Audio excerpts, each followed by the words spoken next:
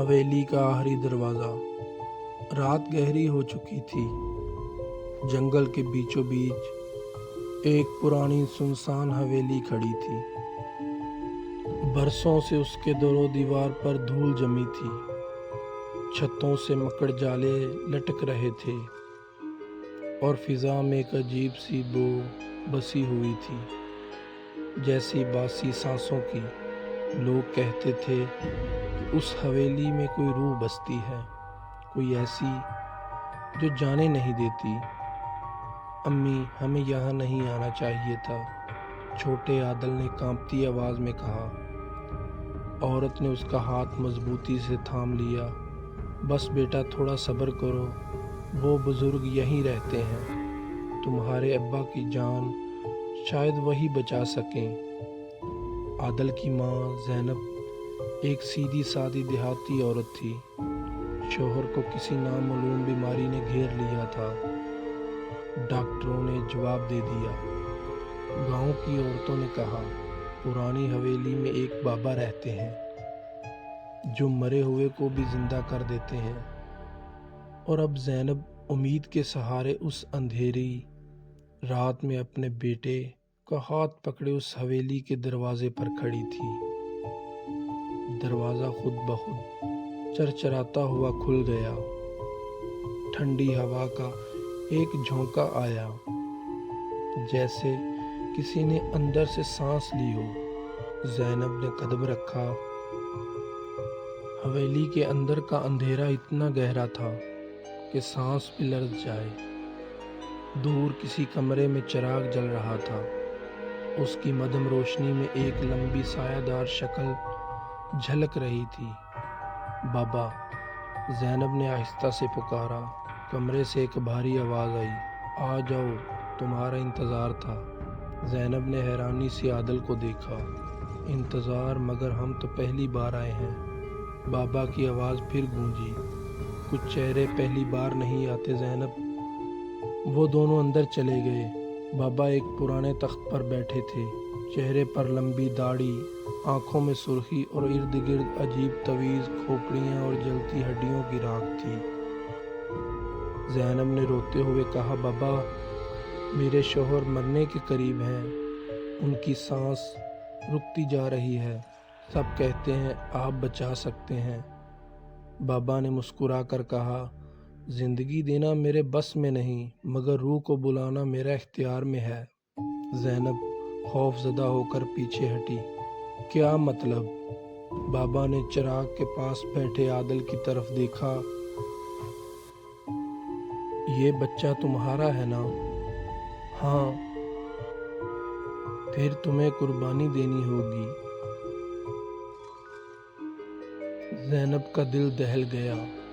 قربانی؟ کون سی قربانی؟ بابا نے دھیمی آواز میں کہا، ایک روح جانے کے لیے دوسری کو آنا ہوتا ہے۔ تمہارے شوہر کی جان لوٹانی ہے تو کسی اور کی جان دینی ہوگی۔ زینب کے ہونٹ کپ کپا گئے۔ میں اپنا بیٹا نہیں دے سکتی۔ بابا نے آنکھیں بند کی۔ تمہارے آنے سے پہلے فیصلہ ہو چکا تھا، یہ حویلی خود چنتی ہے۔ اچانک حویلی کے در و دیوار سے گنگناہٹ کی آواز آنے لگی، جیسے دیواریں سرگوشی کر رہی ہوں۔ عادل نے اپنی ماں کو گود میں چھپنے کی کوشش کی۔ چراغ بجھ گیا۔ کمرے میں اندھیرا چھا گیا۔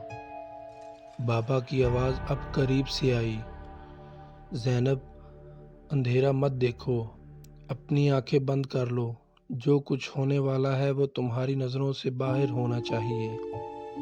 زینب نے کانپتے ہوئے آنکھیں بند کر لیں۔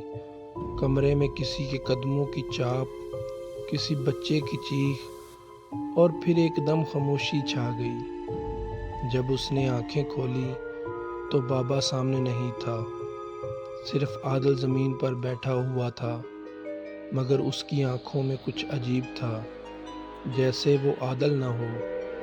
زینب نے گھبرا کر کہا، بیٹا، تم ٹھیک ہو؟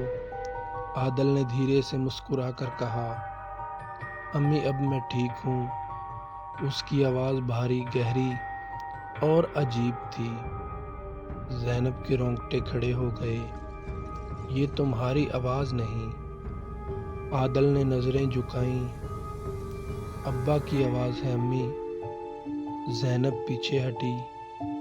یہ کیا کر دیا تم نے بابا؟ بابا کی آواز دیواروں سے آئی۔ تم نے خود مانگا تھا زندگی میں نے دے دی۔ فرق صرف یہ ہے کہ اب وہ جسم تمہارے بیٹے کا ہے۔ زینب چیخ اٹھی۔ حویلی کے دروازے خود بخود بند ہو گئے۔ چراغ دوبارہ جل اٹھا اور اس کی روشنی میں عادل نہیں، اس کا شوہر بیٹھا تھا، مگر چہرہ خالی، آنکھیں سیاہ اور سانسوں میں سرد دھند۔ زینب، اس نے کہا، تم نے مجھے واپس بلایا، مگر اب میں کبھی نہیں جاؤں گا۔ زینب زمین پر گر گئی۔ اس کی چیخ دیواروں سے ٹکرائی، مگر باہر جنگل میں کسی نے کچھ نہیں سنا۔ صبح سورج نکلا تو گاؤں کے لوگ حویلی کے دروازے پر جمع تھے۔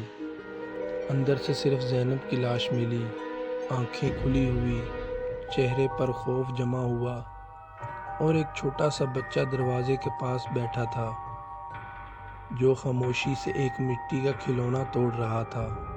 کسی نے پوچھا، بیٹا تم اکیلے ہو؟ تمہاری ماں کہاں ہے؟ بچہ مسکرایا، امی سو گئی ہیں، بابا واپس آ گئے ہیں۔ لوگوں نے حیرت سے دیکھا۔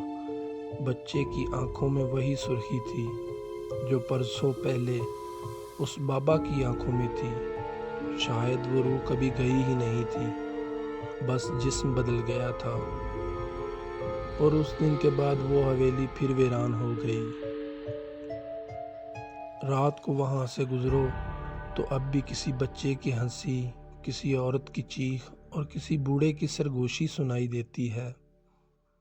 ایک روح جانے کے لیے دوسری کو آنا ہوتا ہے۔